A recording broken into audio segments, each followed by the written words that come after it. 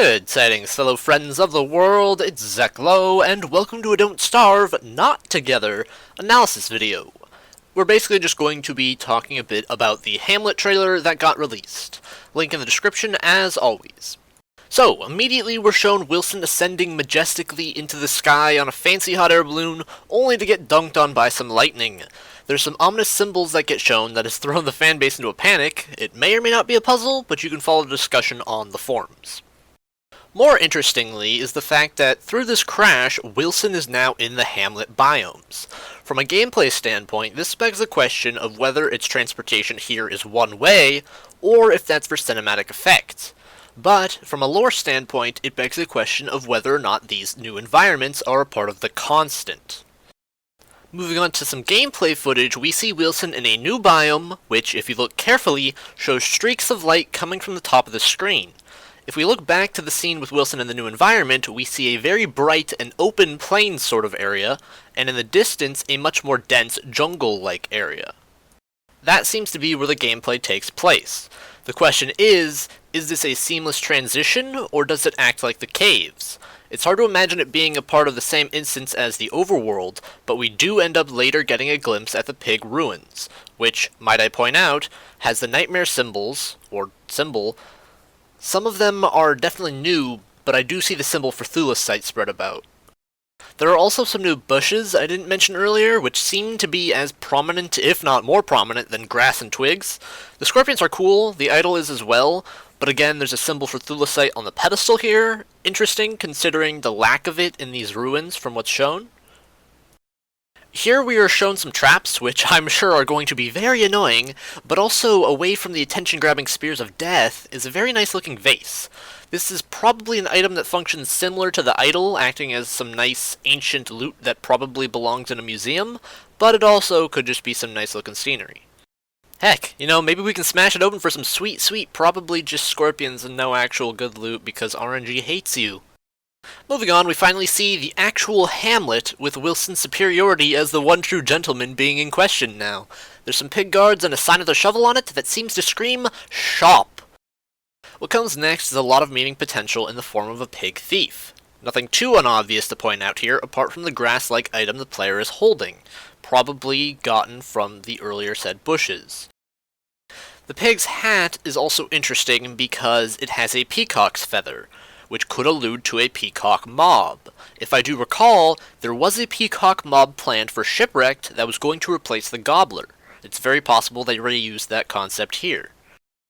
The food shop here is neat and all, but what you'll want to notice is the fish in the fridge, as well as the interesting chicken and sausage hanging above that isn't for sale. But forget about the shop for a minute and take a look at what Wilson's actually holding. Some sort of tiny hammer? I don't do tools well, so, I don't know, but that's definitely new. You may have noticed it, but in the previous thief scene, Wilson is holding something new as well. Some sort of cane or staff? Maybe potentially magic in nature? Unsure. This next scene has a few interesting tidbits, namely the tall grass that requires clippers and the bug that shares the same coloration as the tree we see. It oddly looks like a nightmare hand, so hopefully the potential tree guard version doesn't crawl around on all four. That'd be terrifying. Bigger bats, different trees, and new plants. There's also a flattish looking rock too. Wilson's holding some sort of club, but personally I like the little light bug most of all. They're just so small and cute, and they didn't seem to try and eat the player's face using their cuteness against us.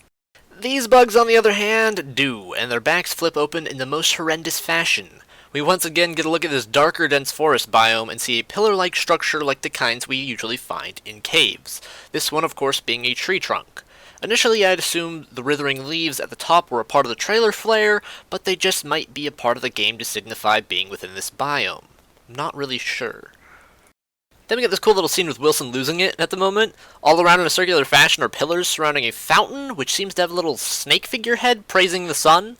We don't get a lot from this until later, so given the build-up, it's going to be important.